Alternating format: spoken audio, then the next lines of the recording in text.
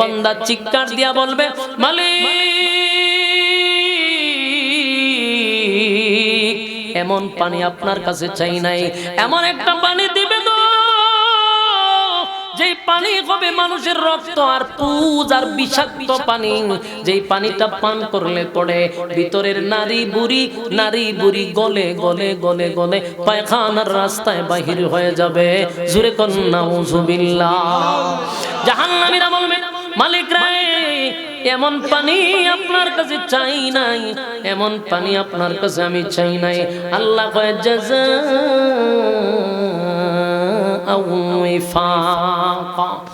এখন বুঝ বান্দা কেমন লাগে।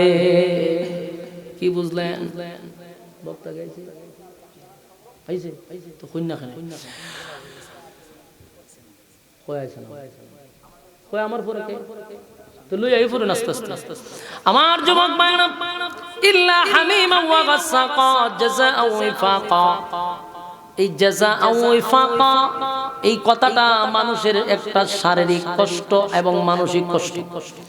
যখন বান্দা বলবে আল্লাহ এমন পানি আপনার কাছে চাই না, তখন আল্লাহ কয় কেন বান্দা দুনিয়া থেকে আমি মিষ্টি পানি দেই নাই, নিয়ামত দেই নাই, জাযাআ ওয়াফাকা।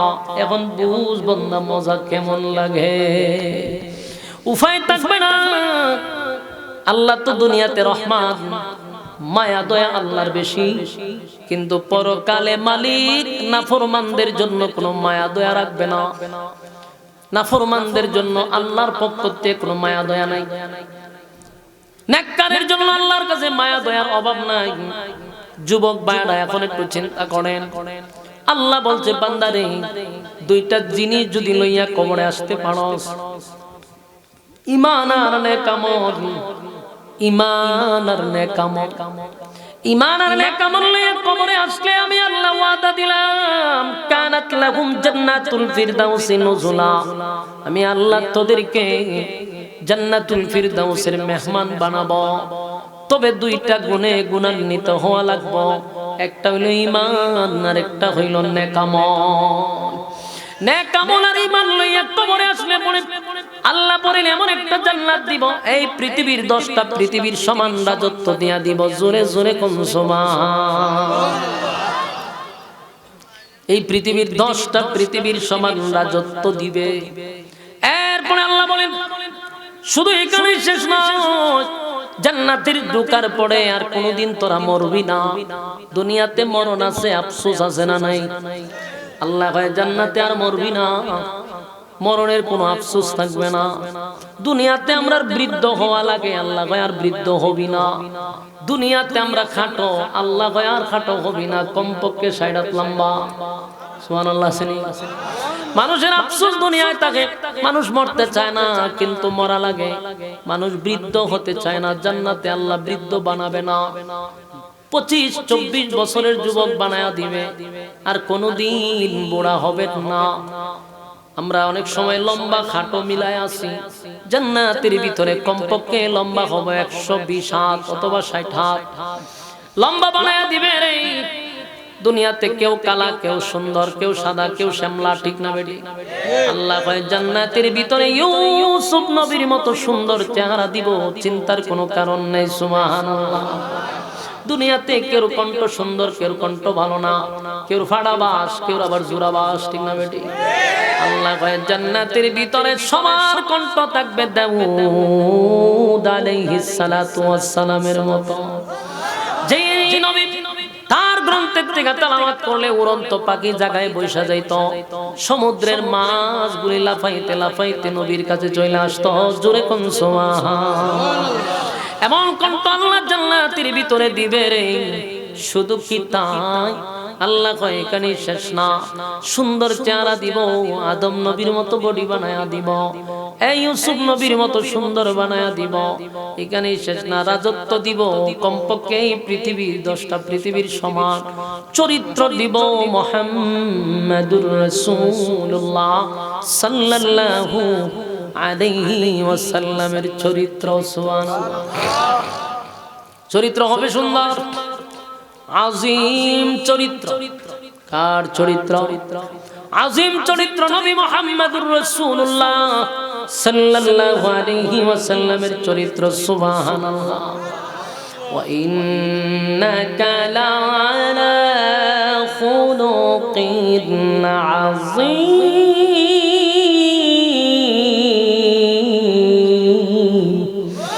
আল্লাহ খুলুক আযীম দান করব এবং চরিত্র লইয়া কবরের ভিতরে গেলে মানুষের আর কোন জিনিসের অভাব পড়বে না। বউ দিব কমপক্ষে 72টা। খুশি নি? আপনারা খুশি? 72টা বউ দিব রে। আল্লাহর নবী বলেন এক একটা বউয়ের দিকে তাকাইয়া 40 দিন চলে যাবে। সুবহানাল্লাহ। আসেনি? তো থাকলে তো রাখছেন করে, থাকলে ছেড়ে দিবেন। বলেন সুবহানাল্লাহ। কয়টা বউ? কমপক্ষে 72টা বউ। একটা বউ এত সুন্দর যেটার দিকে চাইছেন 40 দিন গেছে গা, আর একটার দিকে তাকাইবেন আরো 40 দিন। এক একটা বউ এত সুন্দর চোখ পিরাইতে মন চাইবে না। তাই পিছন দিক থেকে আরেকজন সিগন্যাল দিব, আপনাদের চাইলেন 40 দিন হয়ে গেছে এখনো দিয়ে আমরা পাইছেন না। আমার যুবক ভাইয়েরা, এই নিয়ামতগুলি আল্লাহ দিবে রে বিনা শর্তে না, শর্ত আছে। শর্ত হলো ইন্নাল্লাযীনা আমানু ওয়া আমিলুস সালিহাত। এক নাম্বার হলো ঈমান, দুই নাম্বার হলো নেক আমল। ঈমান আনবো কার মতো? আমিনু কামা আমানান নাস। ঈমান আনবো ওই মানুষদের মতো যারা ঈমানের পরীক্ষা দিয়া, ওই ঈমানের পরীক্ষা দিয়া ফার্স্ট ডিভিশনে পাস করছে, ঈমানের পরীক্ষায় যারা উত্তীর্ণ হইছে, আল্লাহ কয় তাদের মতো তোমাদেরকে, তাদের মতো ঈমান লইয়া কবরে আসো, জান্নাতুল ফিরদাউস তোমাদেরকে আমি দান করে দিব। সুবহান। কারা কারা সেই ঈমান লইয়া কবরে যাইতে চান হাত তুল্লা দেখায়া দেই। লিল্লাহে তাকবীর, লিল্লাহে তাকবীর। আল্লাহ সবাইকে কথা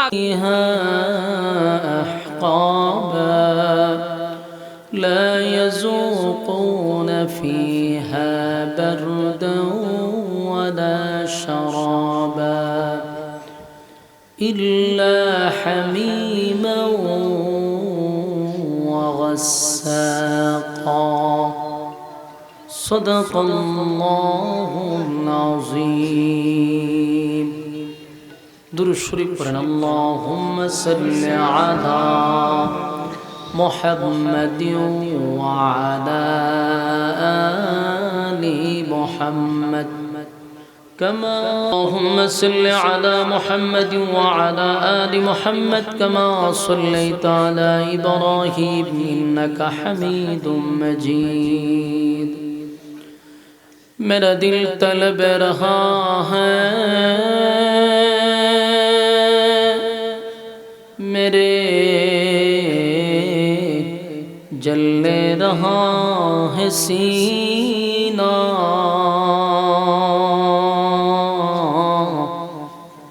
ए दवा वही मिलेंगे मुझे ले चलो मदीना। बदागल उला बिकमालिही कशफत तुजा बिजमालिही हसनत जमीअ ख़सालिही।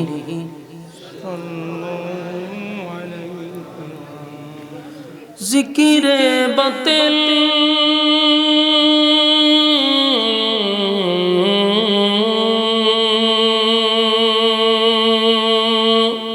को हटा दे दिल से रबा,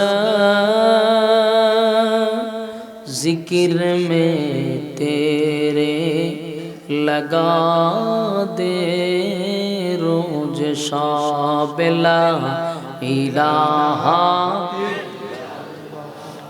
ला इलाहा इल्लल्लाह, ला इलाहा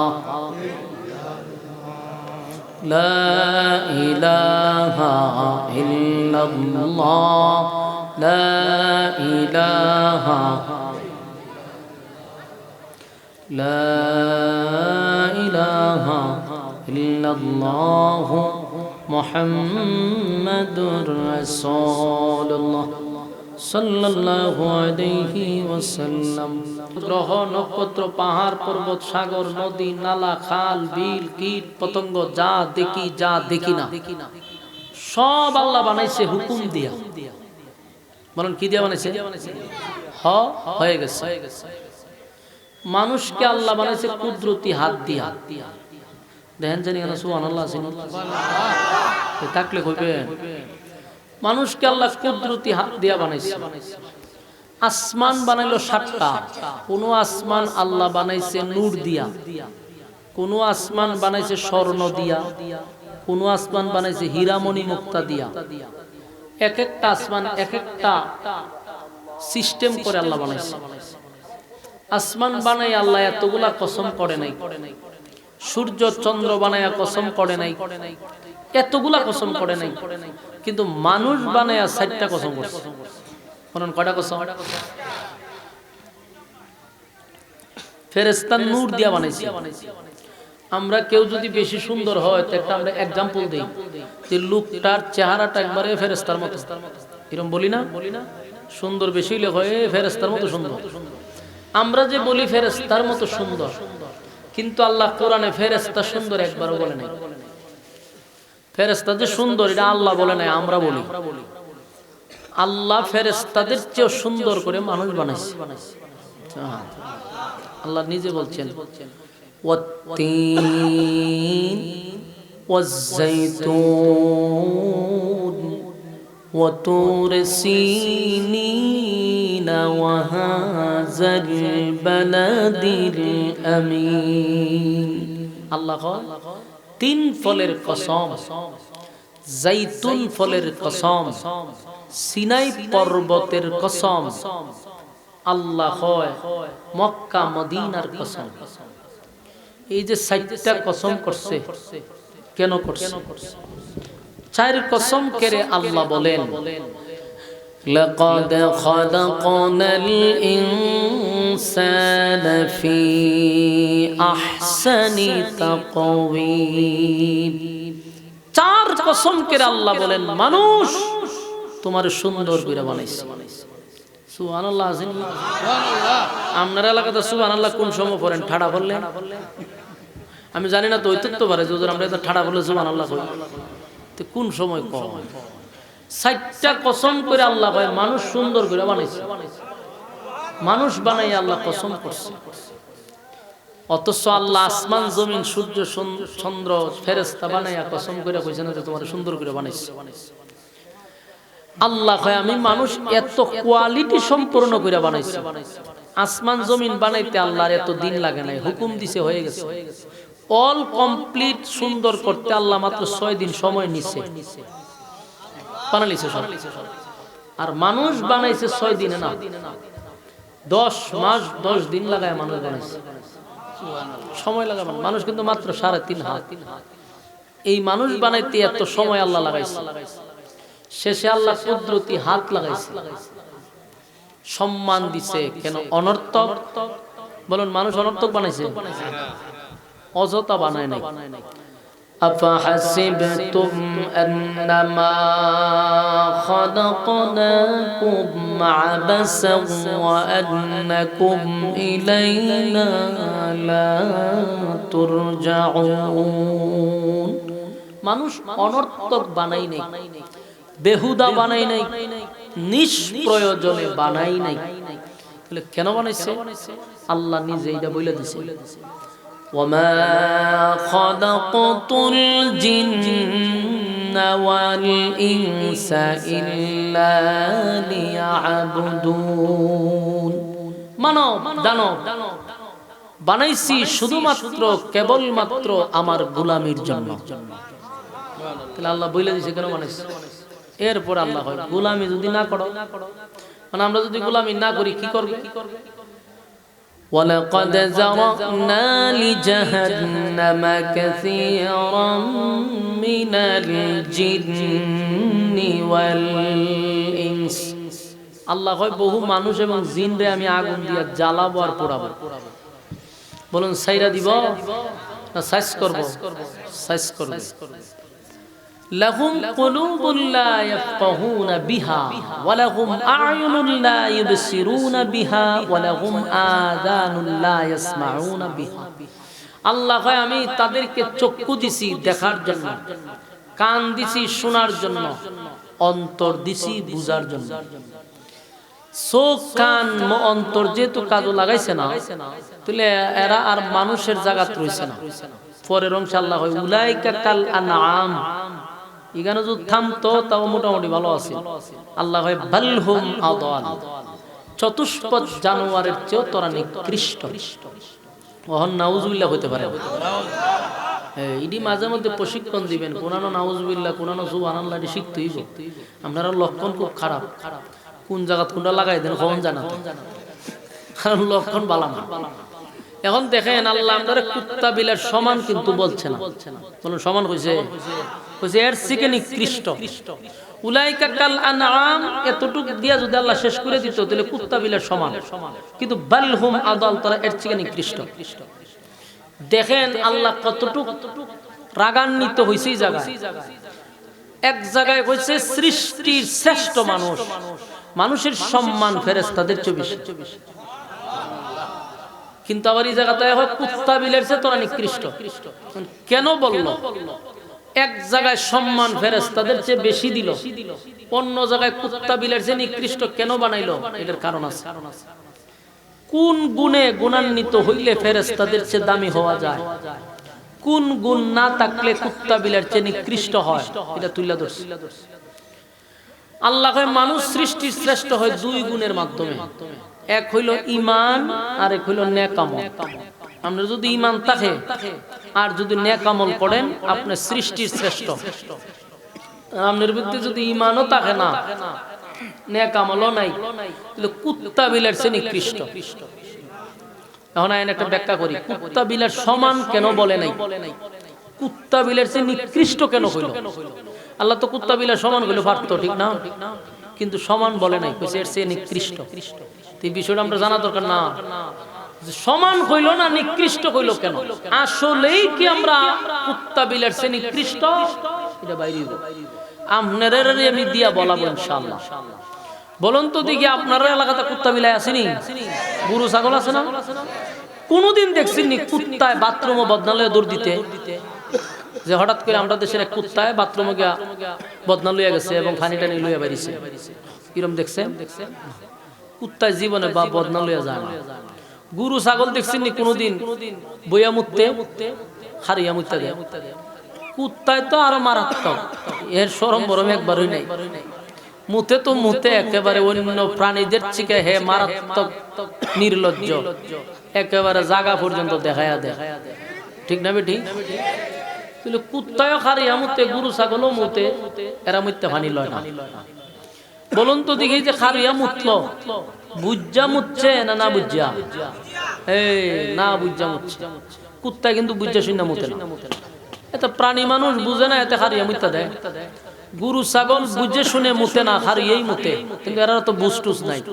সমাজে যদি 1 লাখ মানুষ খারাপ থাকে আর কুত্তার যদি মুতো ধরে তার পজিশন দিয়ে মুতে দিবে। তাহলে কুত্তায় খারিয়া মুতলো না বুঝা, গরু ছাগল খারিয়া মুতলো না বুঝা। আপনারা এই রাজনগর টানার ভিতরে জীবনে দেখছেন কোন মানুষের খারিয়া মুততে? খারিয়া মুততে আমি দেখছি, এবং আমি প্রতিদিনই দেখি। মন কইবেন হুজুর প্রতিদিন আপনি তা দেখেন করে শরমের জিনিস? মানে আমার কপাল, আমার দেহন লাগে। আমরা যখন যাই ফাম্প গ্যাস ঢুকাইতাম তো এখানে আবার ওই প্রস্রাব কানা তাহে যাই প্রস্রাব করতাম, গিয়া দিহি 8-10টা খারিয়া মতে। তো শরমে আবার পিছনে যায় খারিতে কিতা করো, মিতা মুইতা আগের পরে যাবো না, খারিয়া মতে হরা। তা আপনি এখানে একটা জিনিস খেয়াল করছি, এরা যে খারিয়া মতে, আল্লাহ যে কুত্তা বিলের চেয়ে নিকৃষ্ট কইছে এমনি কইছে না।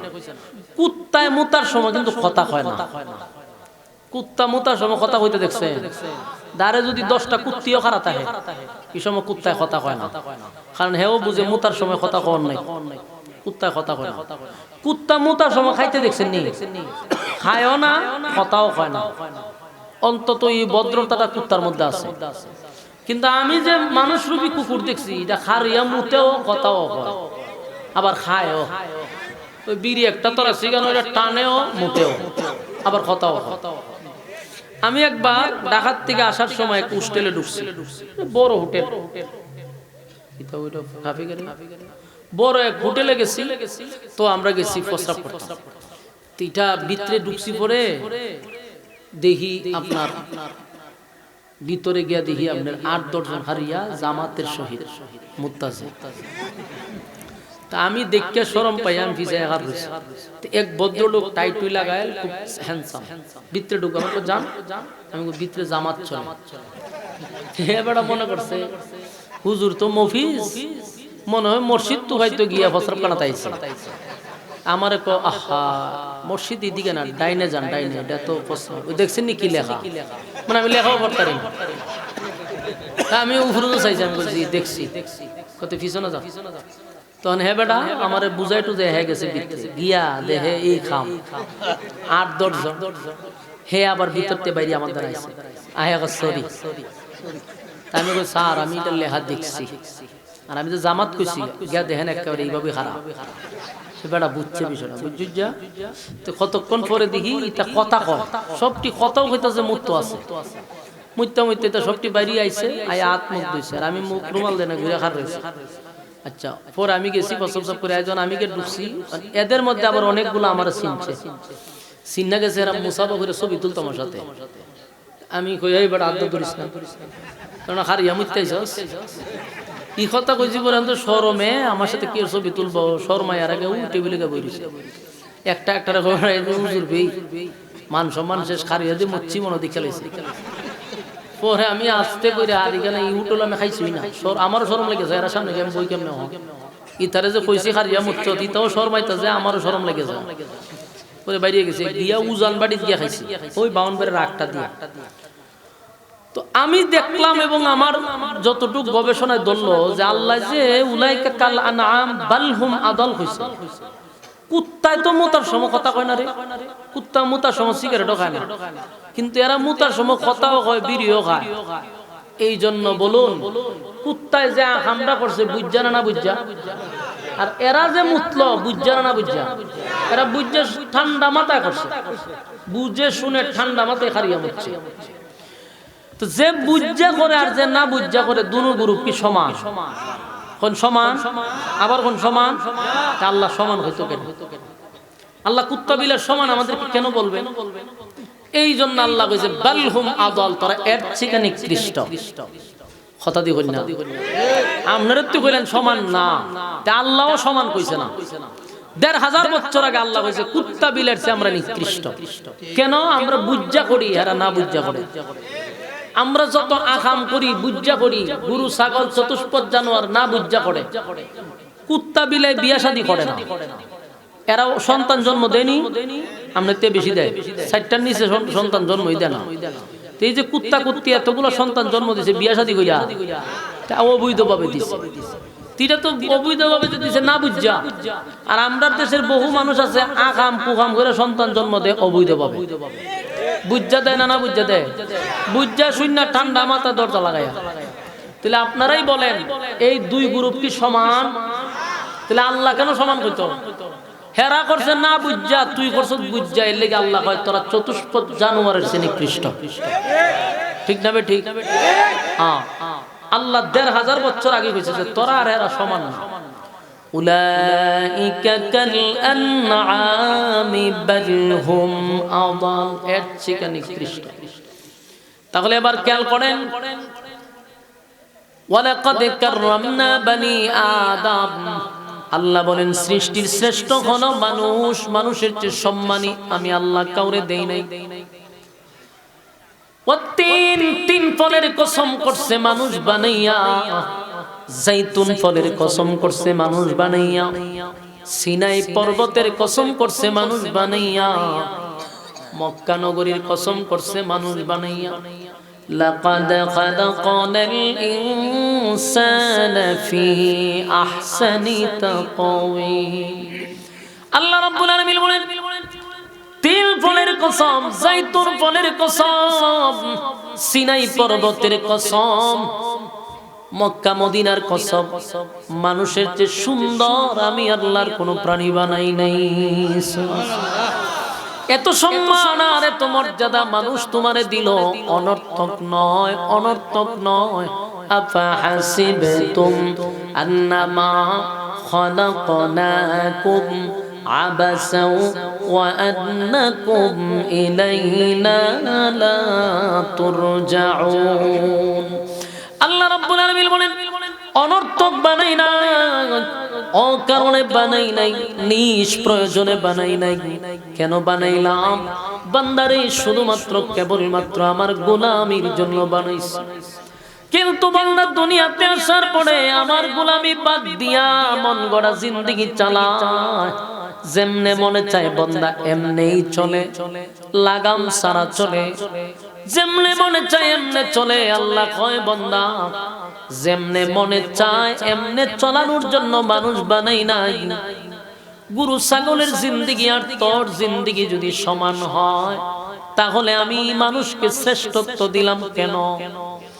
আমার যুবক ভাইয়েরা, দুনিয়ার জমিনে সবচেয়ে সৃষ্টির শ্রেষ্ঠ হলো মানুষ। সম্মান মানুষের বেশি। আল্লাহ হয় তোর সম্মান বাড়বে দুইটা গুণের কারণে। একটা হলো ঈমান আর নেক আমল। যদি দুই গুণ কারো ভিতরে না থাকে, তাহলে সে আর কুকুর বিড়ালের মধ্যে কোনো পার্থক্য নাই, এর চেয়ে নিকৃষ্ট। আমার যুবক ভাইয়েরা, দিলের কান লাগায়া কথাগুলি শ্রবণ করার চেষ্টা করি। আল্লাহ রাব্বুল আলামিন বলেন, দুইটা গুণে গুণান্বিত হয়ে যাও। এক হলো ঈমান আর এক হলো নেক আমল। দুইটা জিনিস যদি তোমাদের ভিতরে থাকে, তাহলে আল্লাহ একটা সুসংবাদ দিছে। সুসংবাদ, এই সুসংবাদটা শোনা দরকার। আল্লাহ কয়, কাদাত লাহুম জান্নাতুল ফিরদাউসি নুজুলা। রব্বে কারীম বলেন, কানাত লাহুম জান্নাতুল ফিরদাউসি নুজুলা। এ বল্লা শুন, ঈমান আর নেক আমল যদি তোর মধ্যে থাকে, আমি আল্লাহ ওয়াদা দিলাম 8টা জান্নাত আমি বানাইছি। 8 জান্নাতের মধ্যে সবচেয়ে ভিআইপি জান্নাতের নাম হলো জান্নাতুল ফিরদাউস। নরমাল কোন জান্নাতের কথা মালিক বলে নাই রে। নরমাল কোন জান্নাত দিবে এমনটা বলে নাই। আল্লাহ কইছে ভিআইপি জান্নাত, জান্নাতুল ফিরদাউসের মেহমান বানাবো, মেহমান বানাবো। তবে গুণ থাকতে হবে দুইটা, ঈমান আর নেক আমল। দুই গুণে গুণান্বিত যদি আমরা না হইতে পারি, উপায় থাকবে না, উপায় থাকবে না। কিন্তু আমরা সকলেই নিজের ঈমানদার দাবি করি, ঠিক না? আমি যদি এখানে সবাই জিজ্ঞাসা করি আপনার ঈমান আছে, এক বাক্যে সবাই বলবে হুজুর ঈমান আছে। নামাজ না পড়লে কি সে ঈমান আছে? সুদ খাইলে কি সে ঈমান আছে? ঘুষ খাইলে কি সে ঈমান আছে? চাঁদাবাজি মাঝে মধ্যে করি হুজুর কি সে ঈমান আছে? ঠিক না?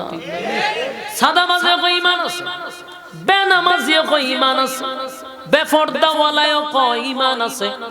আরে ঈমান তো দাবির নাম না, কাজে দেখায়া দিতেইব ঈমানদার। আল্লাহ কয় আমিনু কামা আমানান নাস। ঈমান শুধু দাবির জন্য নয়, আমিনু কামা আমানান নাস। ঈমান আনো ওই মানুষদের মতো যারা ঈমানের পরীক্ষায় ফার্স্ট ডিভিশনে পাস করছে। তোমরা তাদের মতো ঈমান আনো রে। এই রাজনগরের বাইরা, দিলের কান লাগায় শুনেন, দাবির বেলায় ঈমানদার দাবি করলে চলবে না। কারণ আপনারা রাজনগরে এমন লোক আছে দেখে নিজের নামাজও পড়ে না। এই লোকটারে আপনারাই জিগায়েন যে তোর ঈমান আসেনি, দেখবেন বুকে তাফা দিয়া কইব ঈমান আছে। ঠিক না বেটি? সুদ করে আপনি জিগায়েন, বলবে আমার ঈমান আছে। বলুন এই দাবি যে করছে ঈমান আছে, এই ঈমানে কি তারে জান্নাতে নিতে পারবে? এই জন্য আল্লাহ বলেন, তাহলে ঈমান কার মতো আনবা? ঈমান আনো ওই মানুষদের মতো, আমিনু কামা আমানান নাস। ঈমান আনো ওই মানুষদের মতো যারা অতীতে ঈমানের পরীক্ষায় ফার্স্ট ডিভিশনে পাস করছে। ইমানের পরীক্ষায় উত্তীর্ণ হইছে, তাহলে আল্লাহ এখানে আমিনু কামা আমানান নাসের ব্যাখ্যা কি বুঝাইলেন? আমিনু কামা আমানান নাসের ব্যাখ্যা আব্দুল্লাহ বিন তামের হতে পারে, ফেরাউনের বউ আসিয়া হতে পারে, সাড়ে, কারণ তারা ইমানের পরীক্ষা দিয়া জীবন দিছে কিন্তু ইমান দেয় নাই। সুবহানাল্লাহ, ইমান দেয় নাই। ইমানের জন্য আমরা প্রয়োজনে জীবন দিব, কিন্তু ইমান তো দেওয়া যাবে না, কারণ সবচেয়ে বড় যে নিয়ামত এটা হলো ইমান। সবচেয়ে বড় নিয়ামত কি? ইমান। ইমান যদি আপনার না থাকে, কুত্তার দাম আছে রে, আমাদের দাম নাই। ইমান লইয়া যদি কবরে না যাইতে পারো, উপায় নাই, উপায় নাই, উপায় নাই। মাঝে মধ্যে আমাদের উপরে পরীক্ষা আসবে, পরীক্ষা আসবে, পরীক্ষা আসবে, কিন্তু আপনার এই কথা মাথায় রাখতে হবে, আমার পরীক্ষা আসলে আমি ওই মানুষদের মতো পরীক্ষায় পাস করব, কিন্তু ইমান দিব না। আমাদের দেশের অনেক যুবকরা আছে, তারা ইমানের পরীক্ষা দিছে, যেমন ইমানের পরীক্ষায় পাস করে গেছে আমাদের এই প্রজন্মের একজন যুবক, যার নাম ওসমান হাদি। এটা একটা ইমানের পরীক্ষা দিছে, কারণ আধিপত্যবাদের কাছে মাথা নত করে নাই, সে মাথা নত করে নাই, ইসলামের পক্ষে কথা বলছে। সব সময় দেখবেন তার কথার মধ্যে যেন একটা দরদ ছিল ইসলামের প্রতি, ইসলামের প্রতি সে দরদ নিয়ে কথা বলছে। এই জন্য বাতিলদের সহ্য হয় না, এই জন্য দুশমনদের সহ্য হয় না। উসমান হাদি কেন তারা কেন হত্যা করলো? তার কারণ হলো সে ইসলামের পক্ষে কথা বলে, আধিপত্যবাদের বিরুদ্ধে কথা বলে। বাংলাদেশের জন্য তার দেশ প্রেম ছিল, নীরবে নীরবে সে বাংলাদেশটাকে মহব্বত করত, ভালোবাসতো, তার বক্তব্যের দ্বারাই ফুটে উঠত। এটা সহ্য করতে পারে না, জীবন দিছে কিন্তু ইমান দেয় না, বাতিলের কাছে মাথা নত করে নাই। তার মতো কত যুবক বিক্রি হয়ে গেছে, বিক্রি হয়ে গেছে, টাকার কাছে বিক্রি হইছে, ক্ষমতার কাছে বিক্রি হইছে, কিন্তু ওসমান হাদি বিক্রি হয় না, কারো কাছে বিক্রি হয় না। আমার যুবক ভাইরা, আগামীর প্রজন্ম সবাই হাদির মতো যুবক হইয়া দাঁড়াইতে হবে।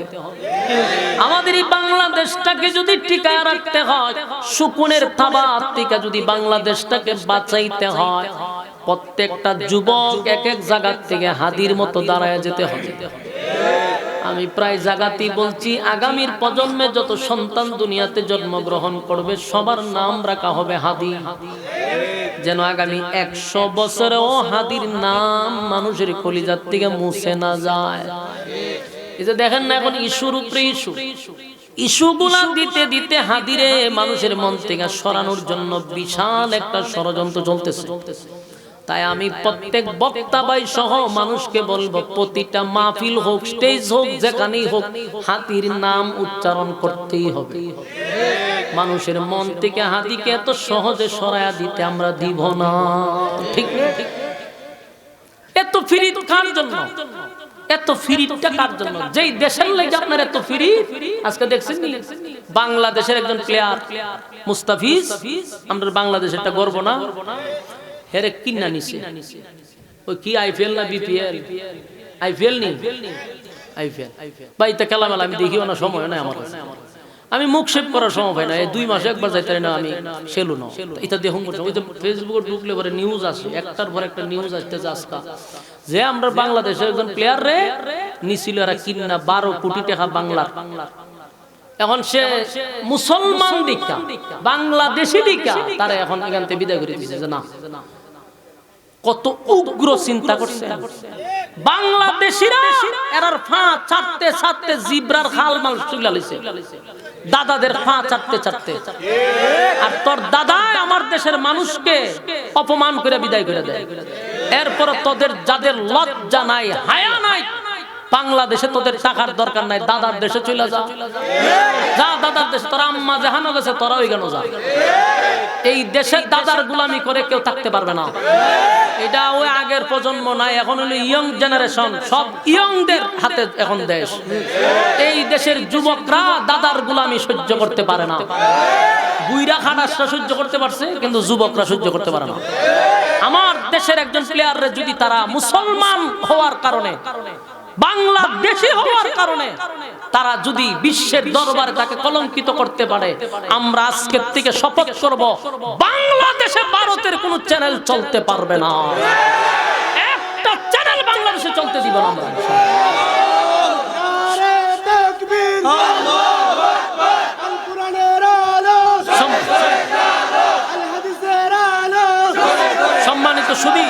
সম্মানিত সুধী, এটা আওয়াজ তুলতে হবে।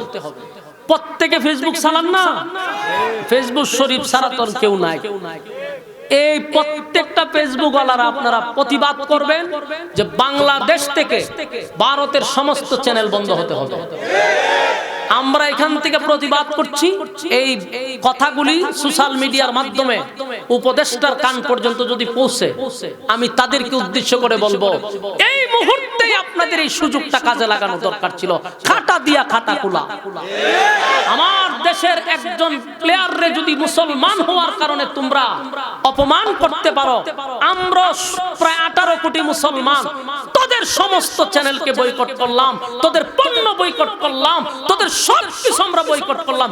গেলাম না তোদের দেশে, গেলাম না তোদের দেশে, আমরা ভিসাও করলাম না তোদের দেশের জন্য। দরকার কি? আমরা দেশে কম আসেনি? তোরার দেশে তো বাথরুম করার জায়গা নাই। আমি গেছি, আমি কয়েকবার গেছি ভারতে, ওই প্রোগ্রামের কারণে গেছি। বহুত ভালো আছেন বাংলাদেশে। আমরা বাংলাদেশের মানুষের যে মন আর যে পরিবেশ, এর 4 ভাগের 1 ভাগও দাদার দেশে নাই। এরা ওখানে বাথরুম করে রাস্তাঘাটে। এরা যত বড় বড় খাবার শুনেন, আমি তো নিজে দীক্ষা, বাস্তবে দীক্ষা হইতেছি। আমি 6 দিন 7 দিন থেকে যে আমার ভূমি আইছে, এদের খানা দীক্ষা বহুত ভালো আছেন, শুকরিয়া আদায় করেন। বাংলাদেশ বহু উপর আছে এদের কাছ থেকে। শুধু বাংলাদেশের নাই, অস্ত্র নাই। ওই একটা লোক কইছিল, ঘাস খায়া তোমরা অস্ত্র তৈরি করো।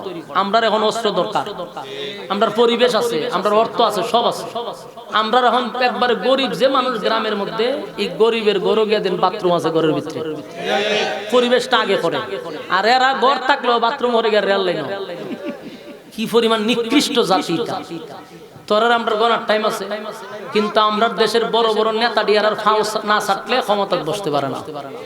তবে আমি আপনাদেরকেও বলছি, এই দেশে যতদিন আপনারা দাদাদের গোলামি করবেন, এ দেশের যুবকরা আপনাদেরকে বয়কট করবে।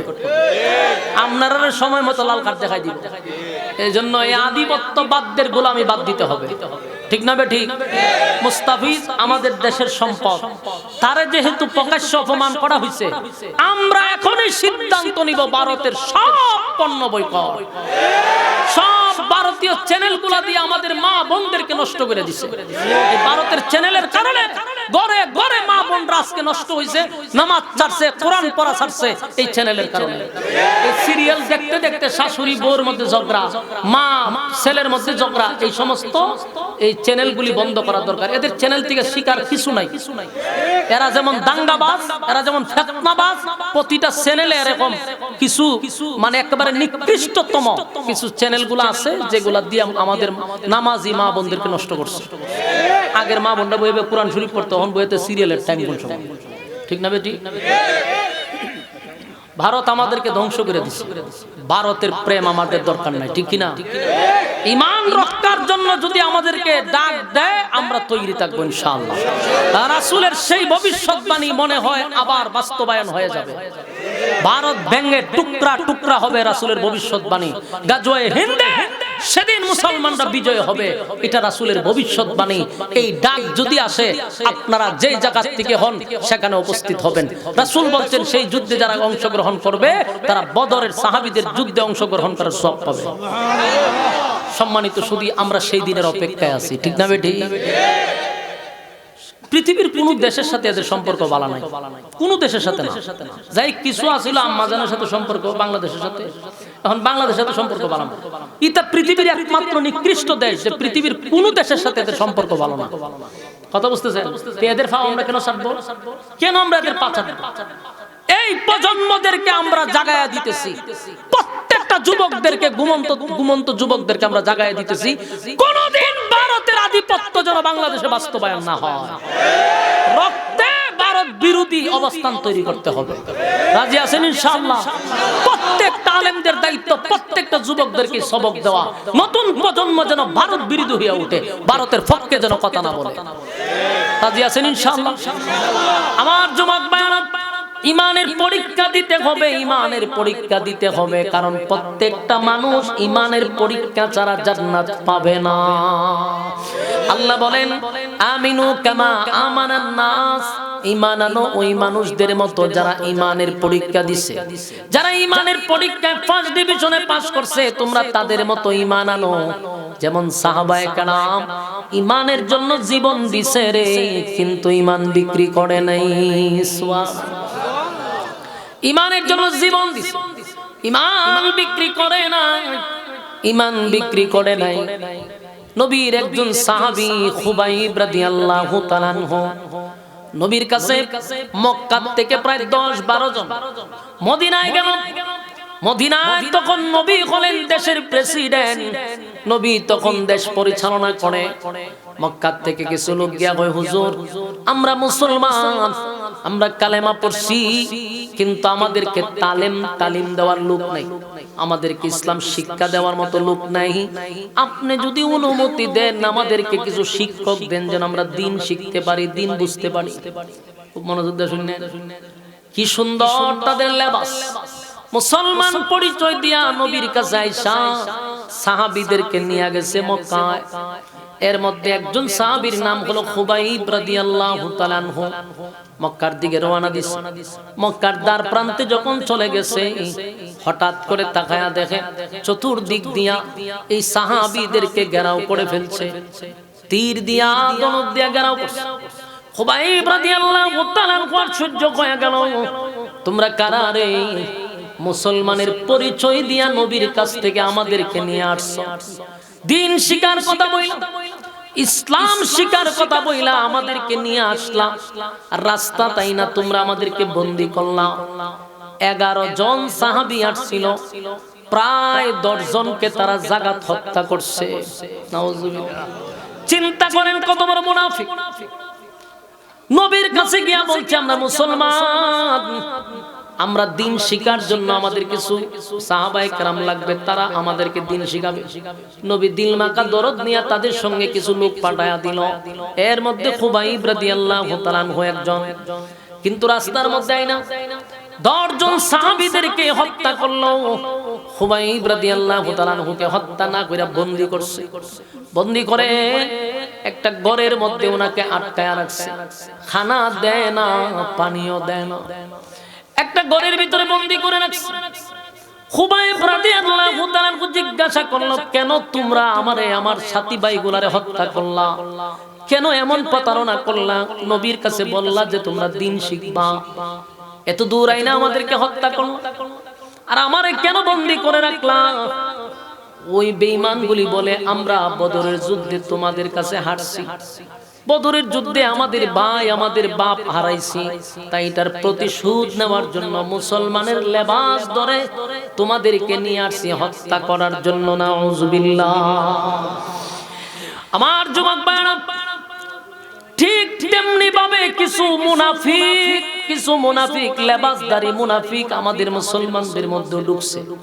ঢুইকা ওই আধিপত্যবাদের গোলামি করতেছে। গোলামি কইরা মুসলমানদেরকে ঠিক একই কায়দায় মারার জন্য চেষ্টা চালাইতেছে। প্রতিদিন মিস নাই, প্রতিদিন এদের কাছে আমাদের বাঙালিরা মৃত্যুবরণ করতেছে। বর্ডারে প্রতিদিন মানুষ মারতেছে, এমন কোন দিন নাই যে বাংলাদেশিদেরকে তারা হত্যা করে না। এরপরও কেন তোমরা তাদের পা চাটো? এদেশের যুবকরা যদি আবার গর্জে ওঠে, আর একটা যুদ্ধ শুরু হবে আধিপত্যবাদের বিরুদ্ধে, ঠিক নেই? সেদিন সব গোলামির জিঞ্জির ভেঙে দিবে। তাই এখন থেকে আমাদের সচেতন হওয়া দরকার। জায়গায় জায়গায় মুনাফিক আছে না? আল্লাহর নবীর কাছ থেকে এমন ভাবে কানতি মিনতি করে বলছে, হুজুর আমরা দিন শিখব। নবী কতগুলা সাহাবীরে পাঠাইলো, সবগুলা সাহাবীরে তারা হত্যা করলো। খুবাইব রাদিয়াল্লাহু তাআলা আনহুকে একটা ঘরের ভিতরে বন্দী কইরা রাখছে রে, খাবার দেয় না, পানি দেয় না।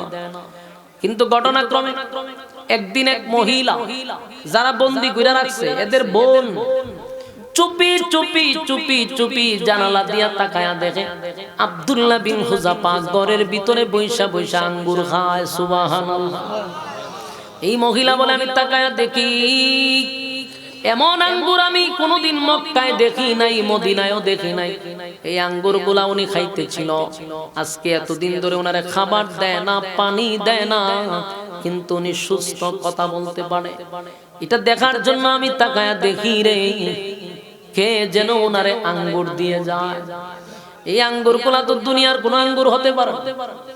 আমার যুবক ভাই খুবাইব রাদিয়াল্লাহু তাআলা আনহুকে কিছুদিন বন্দী করা রাখার পরে জালেমরা বন্দিশালা থেকে ওনারে উঠাইয়া বললেন, তোমাকে আজকে আমরা মৃত্যুদণ্ড দিব। খুবাইব রাদিয়াল্লাহু তাআলা আনহু বললেন, কেন আমারে তোমরা হত্যা করবা? কোন কারণে আমাদেরকে তোমরা মারছো বলো? কয়, আমরা প্রতিশোধ নেওয়ার জন্য তোমাদেরকে আনছি। খুবাইব রাদিয়াল্লাহু তাআলা আনহু কাঠের সঙ্গে বেঁধে দিলেন। বাধার আগে, মৃত্যুর আগে বলল, তোমার কোন চাহিদা আসেনি, তোমার কোন চাওয়া পাওয়া আসেনি, বলো, এখন তোমার মৃত্যু দণ্ড দিব। খুবাইব রাদিয়াল্লাহু তাআলা আনহু বললেন, আমার কোন চাওয়া নাই, পাওয়া নাই, মৃত্যুর আগে 2টা রাকাত নামাজ পড়ার সুযোগ কি তোমরা আমারে দিবা? বেঈমানরা ওনারে 2 রাকাত নামাজ পড়ার সুযোগ দিল রে। উনি নামাজে দাঁড়াইলেন, জীবনের শেষ নামাজ, জীবনের শেষ নামাজ। আপনি যদি জানেন এখনই আপনি মারা যাবেন, মৃত্যু একেবারে আপনার সামনে, এর আগে যদি আপনারে বলা হয় আপনি 2 রাকাত নামাজ পড়েন, তাহলে এটা কিভাবে পড়বেন? আপনি কত গুরুত্ব দিয়া পড়বেন যে জীবনের শেষ 2 রাকাত নামাজ। খুবাইব রাদিয়াল্লাহু তাআলা নামাজটা তাড়াহুড়া করে পড়লেন। বেঈমানরা জিজ্ঞাসা করলো, তোমার তো জীবনের শেষ নামাজ, এত তাড়াহুড়া করে কেন পড়লা? একটু সময় লাগায় পড়লেও তো কিছু সময় দুনিয়ায় বেঁচে থাকতাম। খুবাইব রাদিয়াল্লাহু তাআলা বলেন, বেঈমানরা শুন, নামাজে এত মজা পাইছিলাম, এত ভালো লাগছিল, কিন্তু নামাজটা তাড়াহুড়া করার কারণ হইল, আমি যদি নামাজ দেরি করে পড়ি তোমাদের ধারণা আসতে পারে যে মরণের ভয়ে আমি নামাজটা তাড়াহুড়া ধীরে ধীরে পড়তেছি। আমার মরণের ভয়ে নামাজ আমি আস্তে আস্তে পড়তেছিলাম, এটা তোমাদের ধারণা হতে পারে। আমি নবীর সাহাবীর প্রতি তোমাদের এমন ধারণা যেন না হয়, তাই মরণের ভয়ে তাড়াতাড়ি নামাজ পড়েছি।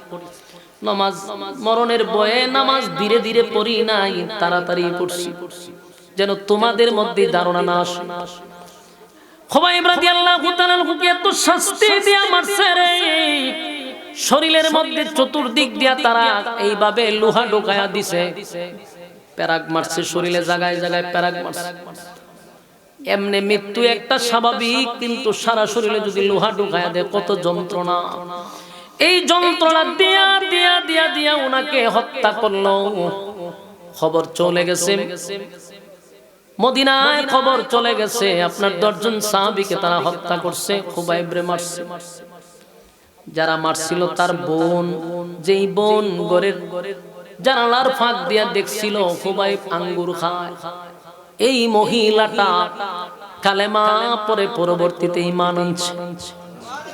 ঈমান আনার পরে সাহাবীদের কাছে বর্ণনা করলো, তারা জিজ্ঞাসা করলো, তুমি কিভাবে কালেমা পড়লা? তোমার ভাই তো আমাদের সাহাবীদেরকে হত্যা করছে।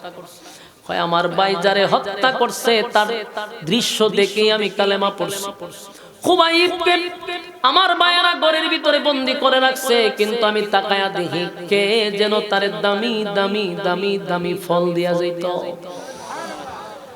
আমার যুবক ভাইয়েরা, খুবাইবের কাছে তারা শেষে একটা কথা বলছিল, তোমার আমরা ছেড়ে দিতে পারি একটা শর্তে, এটা হলো যদি তোমরা মুহাম্মদের রাস্তা ছেড়ে দাও। নাউজুবিল্লাহ। খুবাইব বলল, 100 বার যদি মৃত্যুদণ্ড আমাকে দেওয়া হয় রে, আমার নবীর নাম আমার জবান থেকে সরাইতে পারবি না। আমিনু কামা আমানান নাস, ঈমান আনো ওই মানুষদের মতো যারা ঈমানের পরীক্ষায় উত্তীর্ণ হয়েছে। এই যে সাহাবীরা জীবন দিছে, জীবন দিছে, জীবন দিছে, ঈমান কিন্তু তারা দেয় নাই, ঠিক না? আর আল্লাহ বলেন, রব্বে কারীম বলেন, বান্দা শুন, দুইটা জিনিস লইয়া যদি কবরে আসতে পারো, এক হইল ঈমান, আরেক হইল নেক আমল। দুইটা জিনিস যদি লইয়া কবরে আসতে পারো, আল্লাহ কয় কানাত লাহুম জান্নাতুল ফিরদাউসি নুজুলা। আমি আল্লাহ ওয়াদা দিলাম আমি তোমাদেরকে জান্নাতুল ফিরদাউস দান করব। এটা আমি আল্লাহর ওয়াদা। বান্দা দুইটা শর্ত তোমরা পালন করে কবরে আসো, আর যদি দুই শর্ত পালন না করে কবরে যাই, উপায় নাই, উপায় নাই, উপায় নাই। আমার তেলাওয়াত কি তো আয়াত সূরা নাবার শেষ অংশে আল্লাহ বলেন, ইন্না জাহান্নামা কানাত মিরসাদা। জাহান্নাম তোমাদেরকে ধরার জন্য উট পেতে বসা। বলুন জাহান্নাম কি করে বসা? জাহান্নাম আমাদেরকে ধরার জন্য উট পেতে বসা। ইন্না জাহান্নামা কানাত মিরসাদা, নিশ্চয়ই জাহান্নাম তোমাদেরকে ধরার জন্য উট পেতে বসা। লিত্তাগিনা মাআবা, সীমা লঙ্ঘন যারা করছো, দুনিয়ার জমিনে মন গড়া যারা জিন্দেগি চালাইছো, যেমনে মনে চায় এমনে চলছো, আমি আল্লাহর হুকুম মানো নাই। আমি আল্লাহ যে তোমার এত নিয়ামত দিলাম, বান্দারে একটা মাছ যেইভাবে পানির নিচে ডুবন্ত থাকে, আমি আল্লাহ তোমাদেরকে এইভাবে নিয়ামত দিয়া ডুবায়া রাখছি। বলুন অস্বীকার করা যাবে? কথা হয় না। আল্লাহর নিয়ামত কি কম ভোগ করতেছি? এই কথা হয় না। فبأي آلاء ربكما تكذبان।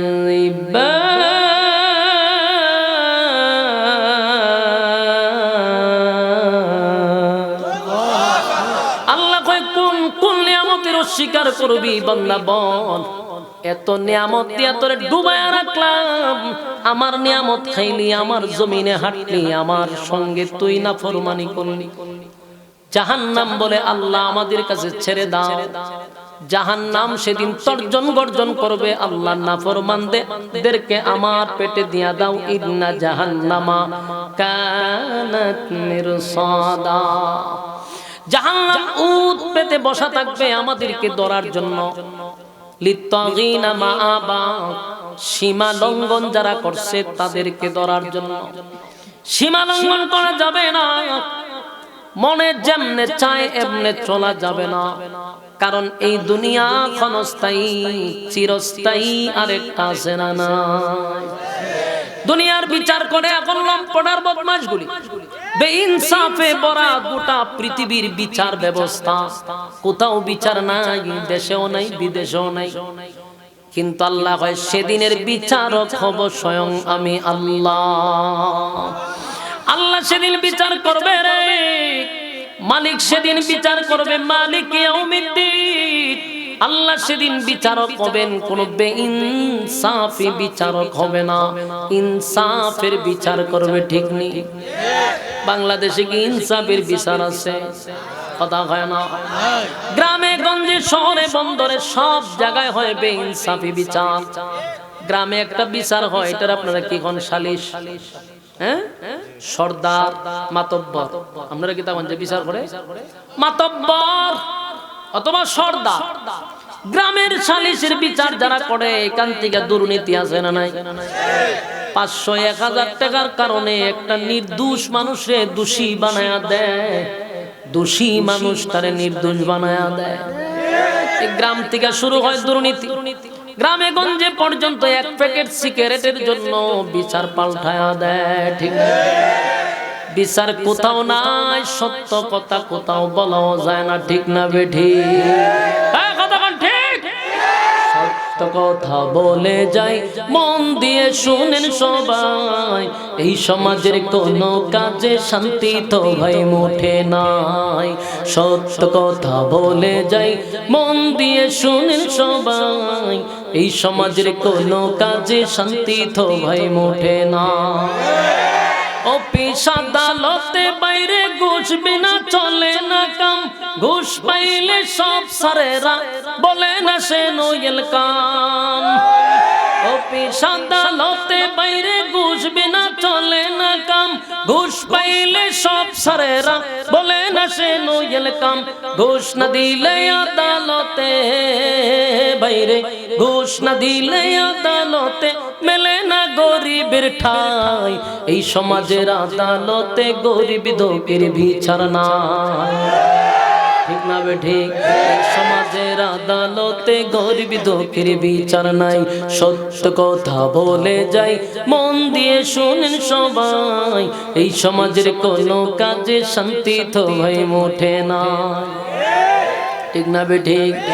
দুর্নীতি দমন কমিশন বলছে দুর্নীতি কমছে, কমা তো ভাই দূরের কথা, দুর্নীতি বেড়ে গেছে। দুর্নীতি দমন কমিশন বলছে দুর্নীতি কমছে, কমা তো ভাই দূরের কথা, দুর্নীতি বেড়ে গেছে।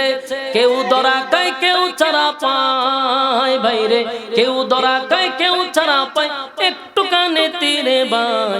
দ্রব্য মূল্যের ঊর্ধ্বগতি, দুর্নীতি কমছে কোথায়? ঠিক না বে ঠিক? দ্রব্যমূল্যের ঊর্ধ্বগতি, দুর্নীতি কমছে কোথায়?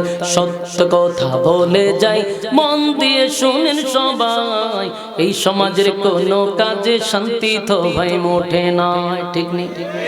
নামদারি কতক মুসলমান নামাজ রোজা ছাড়িয়া, খাজা বাবার নামে গান গায় ঢোল তো বলা বাজাইয়া। নামদারি কতক মুসলমান নামাজ রোজা ছাড়িয়া, খাজা বাবার নামে গান গায় ঢোল তো বলা বাজাইয়া। আরে গঞ্জার কুলকে ঠন মারিয়া, আবার গঞ্জার কুলকে ঠন মারিয়া খাজা বাবার শান দেখায়।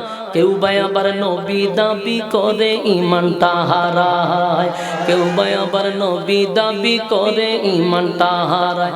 সত্য কথা বলে যাই, মন দিয়ে শুনেন সবাই, এই সমাজের কোনো কাজে শান্তি তো ভাই মোটে নাই। ঠিক নেই? আর যুবক ভাইরা, বাংলাদেশের কোন জায়গায় কিন্তু আমরা সঠিক বিচার পাই না, সব জায়গায় দুর্নীতি আছে না নাই? টাকা ছাড়া কোনো বিচার হয় না। যেই মানুষটা গরিব, এই সমাজে তার কোনো বিচারই নাই। টাকা আছে তো বিচার আছে, টাকা নাই তো জুলুমের শিকার হয়। নির্দোষ মানুষ অপরাধী হয়, অপরাধীগুলা পুলিশের নাকের ডগা দিয়া তারা হেঁটে বেড়ায়। অপরাধ করার পরও জামিন দেওয়া হয়। নির্দোষ আলেমরা হাজার এখন পর্যন্ত পায় বছরের পর বছর এখনো জেলখানায় বন্দী। নির্দোষ মানুষ জেলখানায়, দোষী মানুষ জেলখানার বাহিরে আছে না নাই? আল্লাহ বলেন বাংলাদেশে তাইকা, পৃথিবীতে তাইকা ইনসাফের বিচার কোথাও পাওয়া যাবে না, কিন্তু হাসরের মাঠে যে বিচার হবে এটা স্বয়ং আল্লাহ নিজে করবে। ইনসাফের বিচার হবে, ইনসাফের বিচার হবে। আল্লাহ বলেন সেদিন আমি নিজে বিচারক হব রে। ইন্না জাহান্নামা কানাত মিরসাদা, জাহান্নাম যেদিন তোমাদের জন্য উৎ পেতে বসা থাকবে। লিত্তাগিনা মাআবা, যেদিন সীমা লঙ্ঘনকারীদেরকে ঘেরাও করা হবে। লাবিসিনা ফিহা আহকাবা, যুগের পর যুগ, যুগের পর যুগ, যুগের পর যুগ জাহান্নামের ভিতরে তোমাদেরকে অবস্থান করতে হবে। কি বুঝলেন? যুগের পর যুগ জাহান্নামের ভিতরে অবস্থান করতে হবে রে, উপায় থাকবে না, উপায় থাকবে না। এরপর আল্লাহ বলেন লাবিসিনা ফিহা আহকাবা লা ইয়াযুকুনা ফিহা বারদান ওয়ালা শারাবা। জাহান্নামের ভিতরে গিয়া বলবে আল্লাহ একটু পানি কি দেওয়া যাবে? আল্লাহ ঠান্ডা পানির কোনো ব্যবস্থা নাই। বছরের পর বছর, এমনকি হাজার বছর পর্যন্ত মানুষগুলা শুধু দরখাস্ত করবে, আল্লাহ পানি দেন, পানি দেন, পানি দেন। পানি দেওয়া হবে না। 1000 বছর পরে আল্লাহ কইব ইল্লা হামিমা ওয়া গাসসাকা, দেন নাফরমানদেরকে পানি দেন। দুনিয়াতে আমি গরমের সময় টিউবওয়েলের পানি ঠান্ডা করে দিছিলাম, ঠান্ডার সময় টিউবওয়েলের পানি আমি গরম করে দিছিলাম। এত নিয়ামত খাওয়ার পরেও নাফরমান আমার নাফরমানি করছে, এত নিয়ামত দেওয়ার পরেও আমার জমিনে থেকে আমার নাফরমানি করছে। এই নাফরমানরা পানি চায় এখন জাহান্নামের ভিতরে আইসা, দে পানি দে, ইল্লা হামিমা ওয়া গাসসাকা, এমন একটা পানি দিবে রে যে